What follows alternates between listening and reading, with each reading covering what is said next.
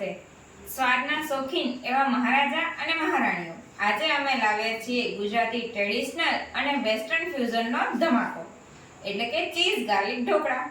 ઢોકળાની નરમાશ, લસણની તીખાશ અને ઉપરથી છલકાતું એવું ચીઝ, ભાઈ હજુ સુધી તો કોઈ ચાખ્યું પણ નહીં હોય. તો ચલો કામ પર લાગી જઈએ.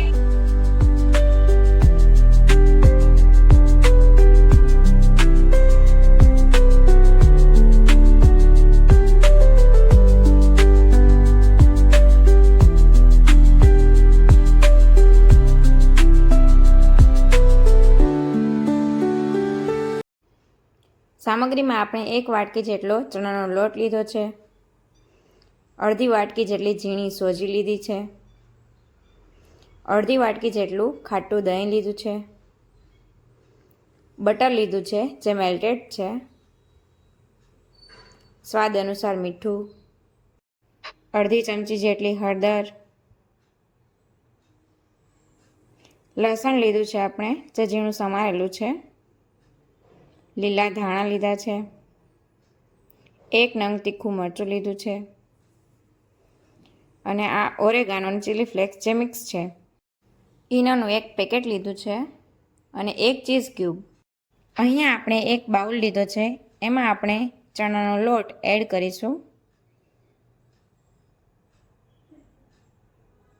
એને આપણે એક વિસ્કરની મદદથી સરખી રીતે આ રીતે હલાવી લઈશું, જેથી લમ્સ દૂર થઈ જશે અંદરના.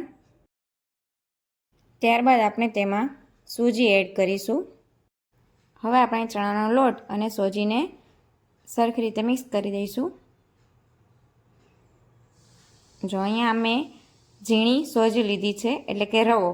જો તમારા જોડે સોજી હોય તો તમે એને મિક્સરમાં ગ્રાઇન્ડ કરીને પણ લઈ શકો છો. ઢોકળાના ટેક્સચર માટે આપણે ઝીણી સોજીનો જ ઉપયોગ કરવાનો રહેશે. આ રીતે આપણે રવો અને ચણાનો લોટ સરખી રીતે મિક્સ કરી લીધો છે.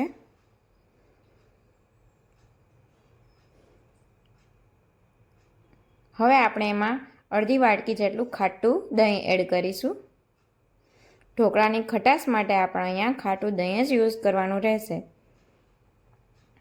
જો આ રીતે આપણે દહીંને સરખી રીતે આપણે મિક્સ કરી દેવાનું છે અંદર. આ ઢોકળા આપણે ઇન્સ્ટન્ટ બનાવતા હોવાથી એમાં આપણે ખાટા દહીંનો ઉપયોગ કરેલો છે. જો આ રીતે આપણે દહીં મિક્સ કરી લીધું છે.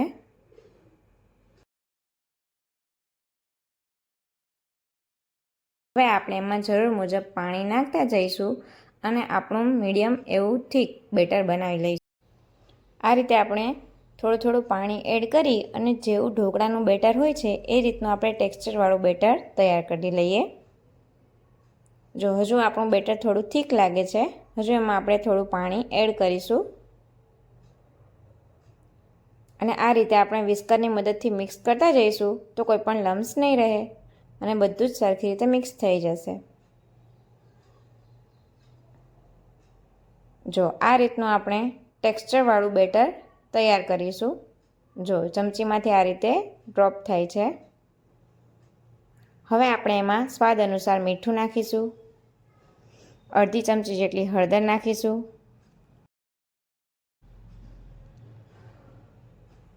હળદર અને મીઠું સરખી રીતે આપણે બેટરમાં મિક્સ કરી દઈએ.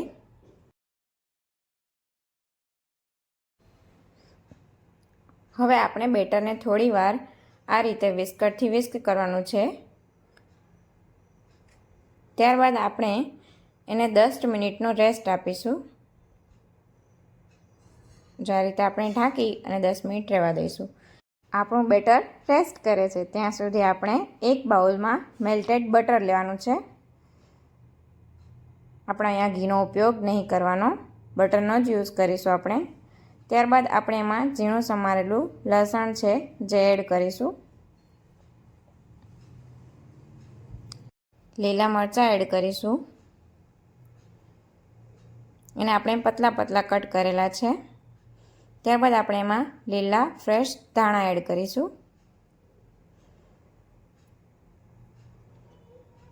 અને ત્યારબાદ આપણે એમાં ચીલી ફ્લેક્સ અને ઓરેગાનો એડ કરીશું. આ રીતે તમે ઢોકળા બનાવશો તો તમને ખૂબ જ પસંદ આવશે અને મને કમેન્ટ કરીને કહેજો કે વાહ, ખૂબ સરસ લાગ્યા. હવે આપણે ચમચીની મદદથી બધું જ મિક્સ કરી દઈએ. આ મિશ્રણને આપણે ઢોકળા ઉપર સ્પ્રેડ કરવાનું છે, જેથી ઢોકળાના સ્વાદને 4 ચાંદ લાગી જશે. આ રીતે આપણે બનાવી લીધું છે અને ત્યાં સુધી આપણે જોઈ લઈએ 10 મિનિટ થઈ ગઈ છે આપણી કે આપણું બેટર તૈયાર છે કે નહીં. જો તમે જોઈ શકો છો આ રીતે આપણું બેટર તૈયાર થઈ ગયું છે. બેટરને 10 મિનિટનો રેસ્ટ આપવો ખૂબ જ જરૂરી છે. ત્યારબાદ આપણે થોડું તેલ એડ કરીશું એમાં, અને આપણે જે ઈનો લીધો હતો એ હાફ પેકેટ ઈનો આપણે અંદર એડ કરી દેવાનો છે. ઈનોને એક્ટિવેટ કરવા માટે આપણે અહીંયા થોડું ઉપર પાણી નાખીશું. થોડું જ પાણીનો યુઝ કરવાનો છે, વધારે પાણી યુઝ નથી કરવાનું. હવે આપણે ફટાફટ જલ્દીથી આપણે બધું જ મિક્સ કરી લેવાનું છે. આ પ્રોસેસ કર્યા પહેલાં જ આપણે પહેલેથી જ ઢોકળા બનાવવાનું જે ઢોકળિયું છે એને આપણે ગરમ કરવા મૂકી દેવાનું છે. જો આ રીતે આપણે ઈનો નાખવાથી ઢોકળા ખૂબ જ સોફ્ટ તૈયાર થશે. અને હવે આપણે આ બેટરને જે ગરમ કરેલું છે ઢોકળિયું એમાં આપણે એડ કરીશું અને આપણે એને 2 થી 3 મિનિટ સુધી ઢાંકી અને રહેવા દઈશું. જો 2 થી 3 મિનિટ બાદ આપણે જોઈ શકીએ છીએ કે આપણે ઢોકળા તૈયાર છે. આ રીતે અંદરથી કાચા નથી એ ચેક કરવા માટે આપણે એક કાંટાવાળી ચમચીનો યુઝ કર્યો છે. આપણા ઢોકળા બનીને તૈયાર છે. હવે આપણે જે મિશ્રણ બનાવેલું છે એને આપણે ઢોકળાની ઉપર ચમચી વડે સ્પ્રેડ કરીશું. જો આ રીતે આપણે ચમચીની મદદથી સ્પ્રેડ કરતા જઈશું. જો તમે જોઈ શકો છો આપણે આ રીતે બધું જ સરખી રીતે સ્પ્રેડ કરી દીધું છે. આ રીતે ઢોકળા ખૂબ જ સરસ લાગે છે. હવે આપણે ઢોકળાનો સ્વાદ થોડો ઓર વધારવા માટે આપણે એમાં ચીઝ એડ કરવાનું છે. જો આ રીતે આપણે ગ્રેટરની મદદથી બધે જ ચીઝ ગ્રેટ કરી દઈશું. ચીઝની માત્રા તમે તમારા સ્વાદ અનુસાર રાખી શકો છો. આ ચીઝને થોડું મેલ્ટ કરવા માટે આપણે એને 1 થી 2 મિનિટ માટે સ્ટીમ કરી દઈએ. ફક્ત 1 જ મિનિટમાં આપણું ચીઝ સરસ રીતે મેલ્ટ થઈને તૈયાર થઈ જશે. આપણા ઢોકળા બનીને તૈયાર છે. હવે આપણે ચપ્પુની મદદથી ઢોકળાને કટ લગાવી દઈએ. જો આ રીતે આપણે ઢોકળાને કટ લગાવી દઈશું. જો તમને મારી રેસીપી ગમી હોય તો કમેન્ટ કરીને મને જરૂરથી જણાવજો. હું ગેરંટી આપું છું કે આ રેસીપી બધાને ખૂબ જ પસંદ આવશે. જો આ રીતે આપણે આડા અને હવે આપણે એને ઊભા કટ લગાવી દેવાના છે.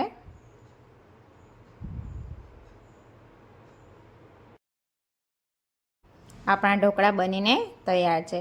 કેટલા ચીઝી લાગે છે, જોઈને જ મોઢામાં પાણી આવી જાય.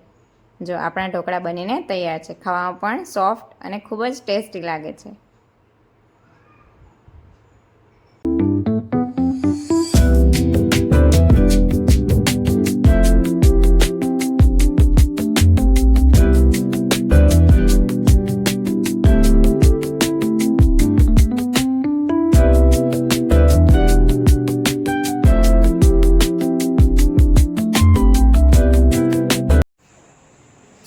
મારી રેસીપી પસંદ આવી હોય તો ચેનલને લાઈક, શેર અને સબસ્ક્રાઇબ કરવાનું ભૂલતા નહીં. Thank you.